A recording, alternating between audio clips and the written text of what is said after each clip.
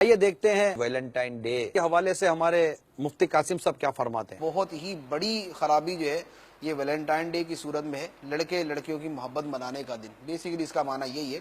اب یہ کیا ہے ہمارے دین کے اعتبار سے کیا ہے، اس پہ بڑے بڑے فلاسفر لیکچر جھاڑنے تو بیٹھے ہوتے ہیں، لیکن جو قرآن پاک کا ایک سیدھا سیدھا حکم اس کے بارے میں ہے، وہ اس کے بارے میں صرف جو ہے وہ 4 آیتیں میں عرض کرتا ہوں۔ اللہ تبارک و تعالی کا فرمان ہے، قُل لِّلْمُؤْمِنِينَ يَغُضُّوا مِنْ أَبْصَارِهِمْ وَيَحْفَظُوا فُرُوجَهُمْ۔ اے محبوب آپ مومنوں سے فرما دیں اپنی نگاہوں کو نیچی رکھیں اور اپنی پارسائی کی حفاظت کریں، اور مزید فرمایا قُل لِّلْمُؤْمِنَاتِ يَغْضُضْنَ مِنْ أَبْصَارِهِنَّ وَيَحْفَظْنَ فُرُوجَهُنَّ۔ اے محبوب مومن عورتوں سے بھی فرما دیں کہ اپنی نگاہیں نیچی رکھیں اور اپنی پارسائی کی حفاظت کریں۔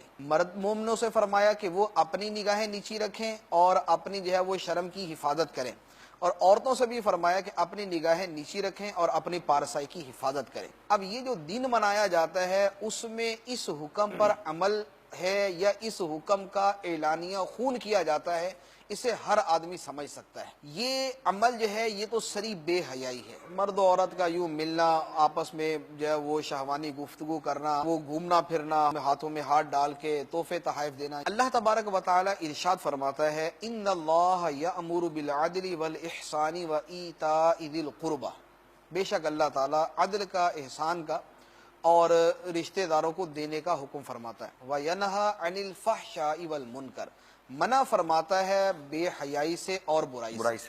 یہ ہے اللہ تبارک و تعالیٰ کا حکم۔ اب اس کے مقابلے میں اللہ تعالیٰ فرماتا ہے کہ شیطان کیا کرتا ہے۔ شیطان کے بارے میں فرمایا کہ الشیطان یعدکم الفقر، شیطان تمہیں غربت سے ڈراتا ہے، وَیَأْمُرُکُم بِالْفَحْشَاء، اور بے حیائی کا تمہیں حکم دیتا ہے۔ اب جو اللہ کا بندہ ہے، جو اللہ تبارک و تعالیٰ کے حکم پہ عمل کرنے والا ہے، وہ ایک طرف ہو گیا، اور جو شیطان کا بندہ بننے والا اور جو شیطان کی پیروی کرنے والا وہ ایک طرف ہو گیا۔ ویلنٹائن ڈے کے حوالے سے ہر آدمی، ہر نوجوان، لڑکا لڑکی وہ سمجھ لے کہ میرے سامنے اللہ تعالیٰ کا حکم ہے ینہا عن الفحشاء، اللہ تعالیٰ بے حیائی سے منع کرتا ہے، اور شیطان کا حکم ہے کہ یأمرکم بالفحشاء، بے حیائی کا حکم دیتا ہے۔ تو میں نے کس کی مانی ہے کس کی نہیں مانی، اللہ کا حکم ماننا ہے یا میں نے شیطان کا حکم ماننا ہے۔ اب اپنے ضمیر، اپنے ایمان اور اپنے دل و دماغ اور اپنی زندگی، اپنی موت کو سامنے رکھ کے آدمی سوچ لے کہ اس نے کس کے حکم پہ عمل کرنا ہے اور کس کے حکم پہ عمل نہیں کرنا، خطوات شیطان پہ چلنا ہے یا من یطع الرسول پہ چلنا ہے۔ اور یہ دن منانے والا اللہ کی نہیں مانتا، یہ شیطان کی مانتا ہے۔ تو بات تو جو ہے نا وہ جو آپ کہہ رہے ہیں یہ پابندی، وہ پابندی، یہ پابندی، آپ نا ڈرا ڈرا کے ہم سے نا ساری جو چیزیں ہیں نا جو ہم نے کر رہی ہے اس سے روک دے آپ۔ ایک اور نوجوان ایسا کھیل نہیں سکتا، نوجوان پارک نہیں جا سکتا، یعنی نوجوان اسکوٹر نہیں نوجوان کھیل کی سکتا۔ بیس کیوں کرے؟ کیا بوڑھے آدمی کو پارک میں جانے کی آپ کیوں پابندی لگا رہے ہیں؟ بوڑھے آدمی آپ لوگ مطلب کھیلنے میں بھی پابندی لگا دیتے ہیں۔ نوجوان کو تو ابھی بھی مطلب کہ انٹرٹین کرنے والے لوگ موجود ہیں، تو مطلب بوڑھا آدمی کیوں یاد نہیں آتا آپ کو؟ بوڑھا آدمی پارک نہیں جا سکتا، بوڑھا آدمی یہ نہیں کر سکتا، بوڑھا آدمی جذبات ہوتا ہے، بوڑھا آدمی بوڑھے آدمی کے جذبات نہیں ہوتے۔ آپ نے کہا نا میرے نانا ہے، میں دادا ہوں، ہاں تو نانا کیا ہوں، تو گھر پہ جذبات تبدیل ہو جاتے ہیں۔ آپ مغربی دنیا میں چلے جائیں، بوڑھے آدمی کے جذبات ایسے ہوتے ہیں کہ آپ کو کمپنی دینے والا اولاد نہیں ہے تو وہ کتے سے کمپنی لے رہا ہوتا ہے، اتنا وہ پپی شپی نہیں ہوتے کون سے وہ اتنا چو چو چو چو چو کر کے وہ گھما رہا ہوتا ہے کتے کو، وہ اس کو ٹائم پاس کرنا ہے، جذبات اس کے بھی وہی ہیں، لیکن اولاد چونکہ ملی نہیں ہے، اولاد چونکہ وہ زیادہ پڑھی لکھی ہو جاتی ہے، اولاد نے ماں باپ کو چھوڑا، ماں باپ بھی دیکھ رہے کہ اولاد تو ہے نہیں تو کتا پال کے بیٹھ گئے۔ اچھا ایسا بھی ہے کہ کتے کے نام پر وراثت کر جاتے ہیں، آپ کوئی اور ملا ہی نہیں ہے، وہ جذبات تو ہے نا، جذبات کہیں نہ کہیں تو نکالنے ہیں، کتے پر نکالو یا جذبات، اور کیا کرے گا؟ کوئی بلی لے کے بیٹھا ہوا ہے، کوئی کتا لے کے بیٹھا ہوا ہے، کوئی کیا لے کے بیٹھا ہوا ہے، جذبات ہے۔ ایسا کھیلنے کودنے پہ بھی آپ پابندی لگا دیتے ہیں۔ بھائی جان کھیلنے کودنے کا بھی موضوع آیا کیا ہے کہ پابندی لگانے نہ لگانے کی 8 بجے اٹھو، 5 بجے آپ واپس سے آؤ اور عشاء کے بعد سو جاؤ، ٹھیک ہے نا؟ اپنے آپ کو بوڑھا کر لو نا۔ مطلب مولانا صاحب جس عمر کے ہیں نا اس عمر کے ہماری طرح کے نوجوانوں کو میسج دے رہے ہیں کہ بھائی یہ کام بالکل، میں جس عمر کا ہوں میں آپ جیسے عمر کے نوجوانوں کو میسج دے رہا ہوں کہ اپنی اس عمر سے فائدہ اٹھائیے اور قیامت کے سوال کی تیاری کیجئے کہ جوانی کس کام میں صرف کی، پھر بتائیے گا کہ جناب تفریح کرتے ہوئے صرف کی، پارک میں جاتے ہوئے صرف کی، کہ یا اللہ تو نے جو جوانی دی تھی اس جوانی کو تیری عبادت میں صرف کیا۔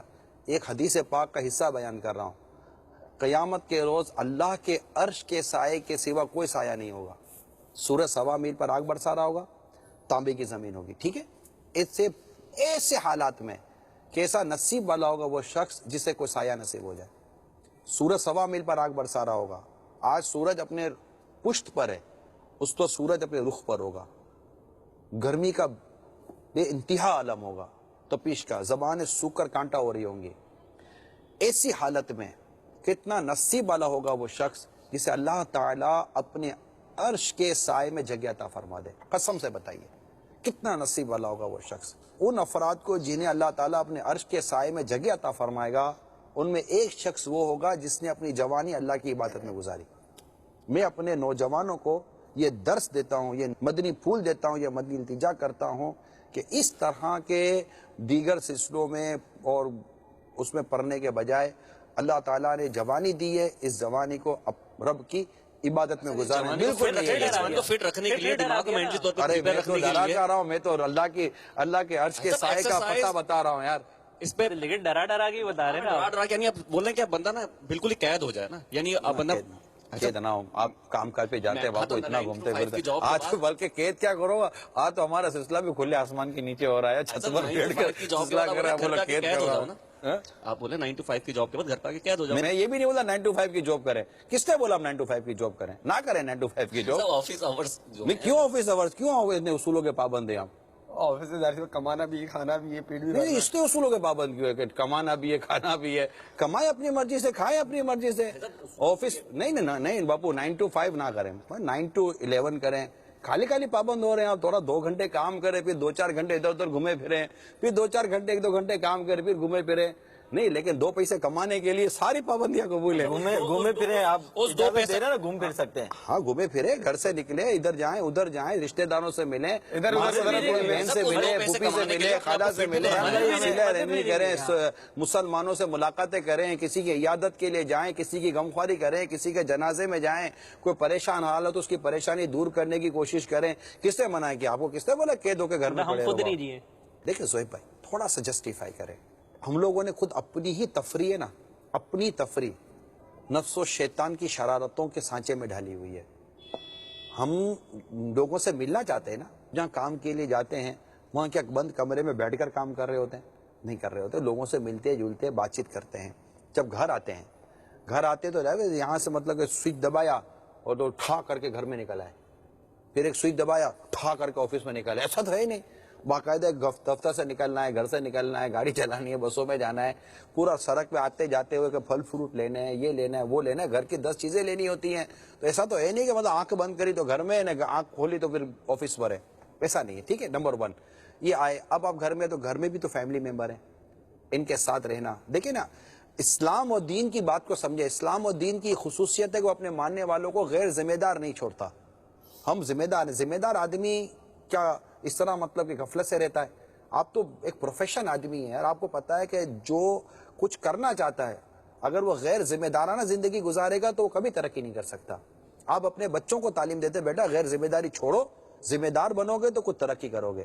اگر اسلام اور دین کے نام پر میں آپ کو عرض کر رہا ہوں کہ ذمہ داری پیدا کریں, آپ غیر ذمہ دار ایک مسلمان بن کے نہ جیئیں. میں تو ذمہ دار مسلمان بن کے جینے کا آپ کو درس دے رہا ہوں, جو کہ ہر عقل مند آدمی قبول کرے گا کہ نہیں یہ بات ذمہ داری کی کر رہا ہے.